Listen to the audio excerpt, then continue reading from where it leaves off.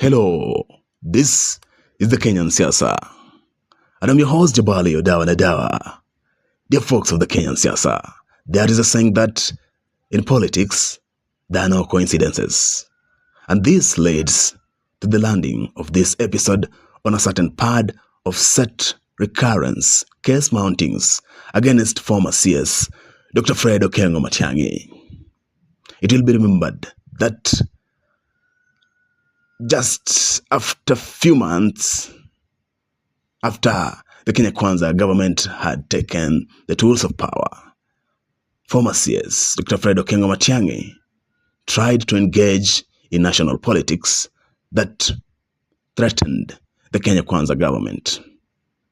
And just within few days, his Nairobi residence was raided by a team of DCI officers. He was intimidated, he was threatened, and several cases were mounted against him. It took the effort of certain Gusii Kenya Kwanza elected leaders to broker a truce between Fred Matiang'i and the presidency and the national government. And after that truce had been brokered, an ultimatum was put that Fred Matiang'i should not engage in national politics.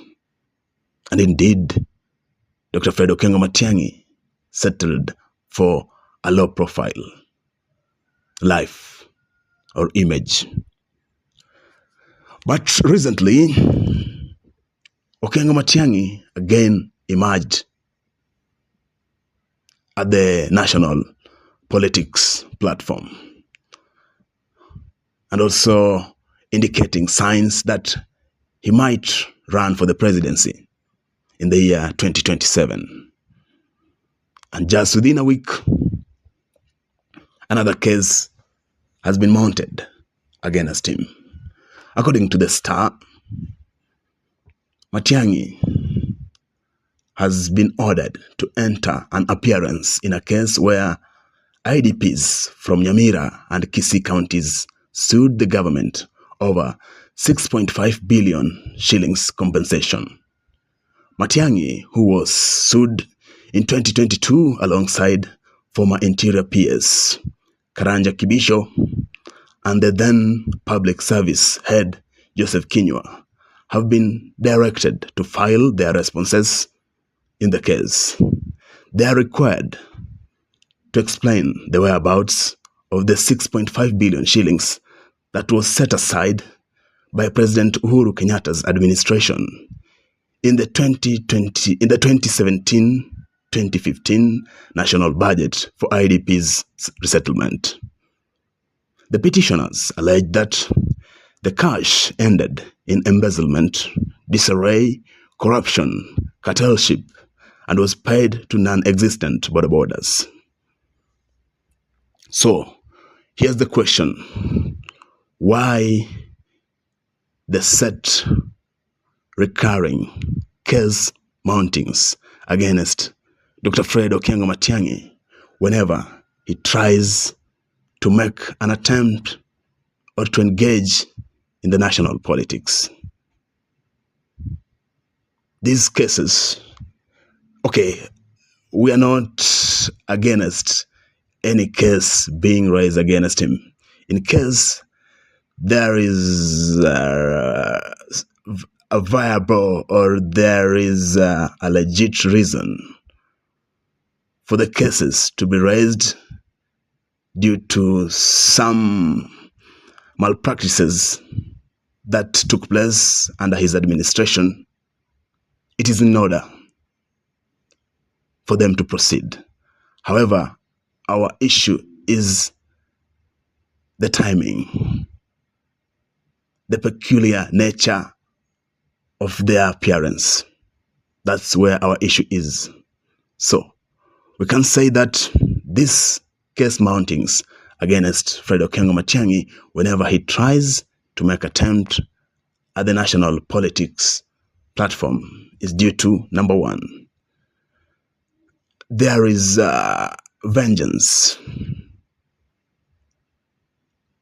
at the heart of President William Ruto against Fred Okengo Matiang'i, because Fred Okengo Matiang'i was used to a great extent by the former president Uhuru Kenyatta to frustrate William Ruto, the then DP. You can remember there is a time when he even grounded William Ruto's airplane not to go to Uganda to see Museveni.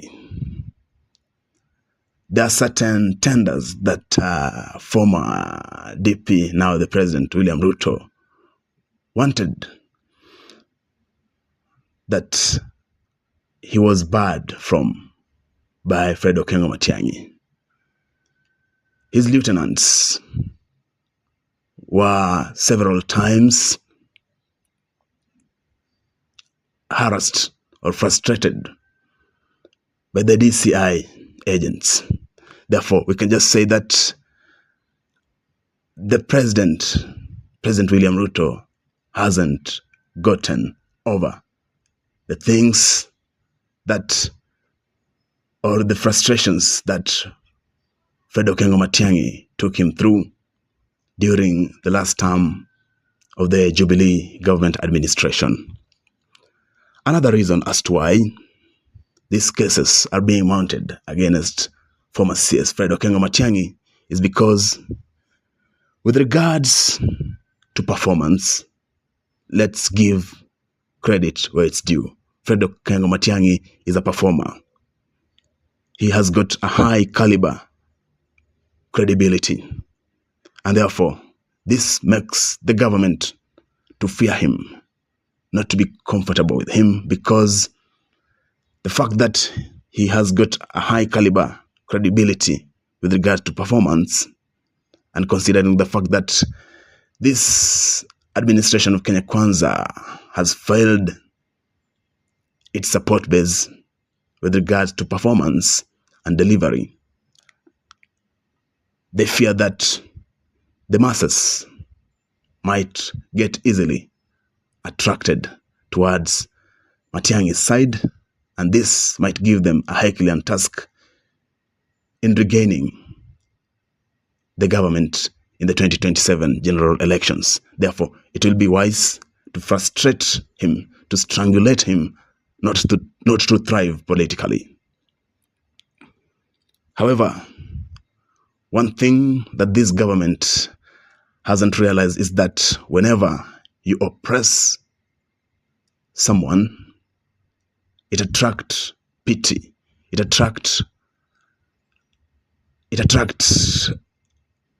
pity on the side of the masses, and they might eventually give him sympathy votes. You can all remember that Ruto thrived highly on the pity platform votes, considering the fact that the government of Uhuru Kenyatta took him through frustration, and he capitalized on those frustrations as the oppressed one, and this helped him to capitalize a great deal in reaping the pity votes. Dear folks of the Kenyan Siasa, we come to the halt of this episode.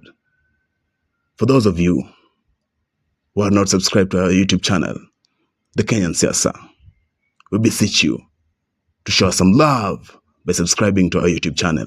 Then hit on the notification bell to get notified whenever we upload content. And for those of you who are subscribed to our YouTube channel, we're humbled, we're glad. Thank you. Until next time, I'm Jabali, Wadawa, and Adawa. Bye-bye.